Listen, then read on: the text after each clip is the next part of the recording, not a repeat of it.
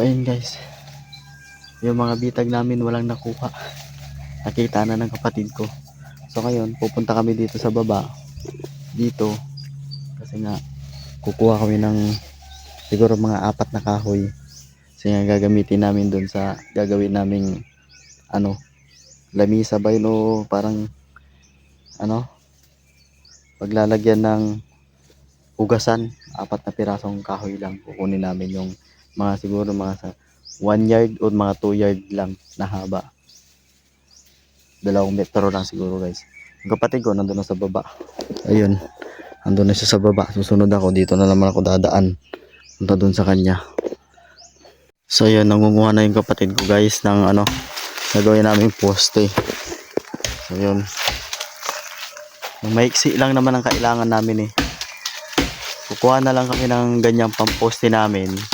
Hindi naman bawal dito guys kumuha ng mga ganyan dito sa amin sa bundok. Huwag mong ano, mabibitak doon sa baba. Kasi yung pinuntahan namin doon guys na ano, yung bitag ng kapatid ko na nilagay namin, so walang nakuha, 0. So nagpalipas kami ng isang araw bago namin balikan yon, wala naman. Kaya yun nga, 2 purpose ngayon ang pinunta namin dito sa gubat. Kukuha kami ng pamposte, 4 na piraso lang naman yun guys. Tapos yun nga, pinuntahan namin yung bitag ng kapatid ko, so wala namang nakuha. So ngayon, ito yung aming ginagawa ngayon, nangunguha kami ng ganyan. Pamposte namin doon sa gagawin namin ano, parang lamisa doon sa gilid ng bahay, kasi lalagyan namin yung lababo na stainless. Akong gagawa mamaya. So ayun, abangan nyo na lang mamaya guys yung next vlog ko kapag ginawa ko na yun. At i-rate nyo na lang kung ano masasabi nyo sa gawa ko, kung gawang tao ba gawang wala subas. Magmamarunong lang ba guys, ganon. Patid ka lang doon. Ano, maiksi lang.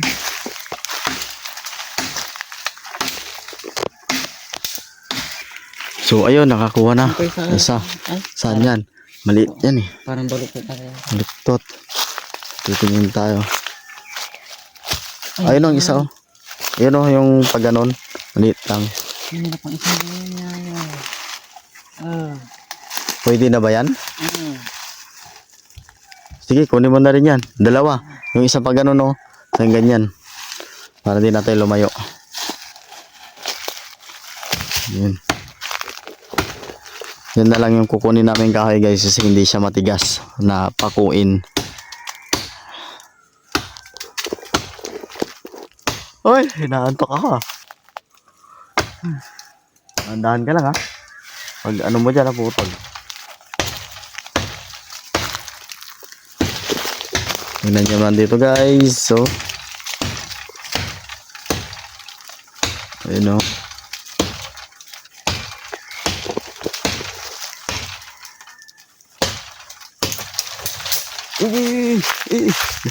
Baka matamaan ako. So ayan guys, pauwi na kami. Tapos na kami kumuha ng kahoy. So, oops. Ayan. Hirap. Pagod na ako. Nalalambot na yung tuhod ko kasi nagugutom na ako. Pauwi na kami ng kapatid ko kasi wala kami nakuha. Akyatang matindi na naman. Kasi naakyat namin oh. Ay. Akyat. So yun lang guys. Hanggang dito na lang tong video na to. Kasi wala kami nakuha. So pauwi na kami. Magkita-kita tayo ulit guys sa next video ko. So maraming salamat ulit guys sa mga sumusuporta dyan sa akin. Lalo na guys yung mga OFW na walang sawang nanonood ng mga video ko. Ano to? Huh? So sana po guys mag-ingat kayo lalo. Mag-ingat kayong lalo dyan. Mag-iingat po tayong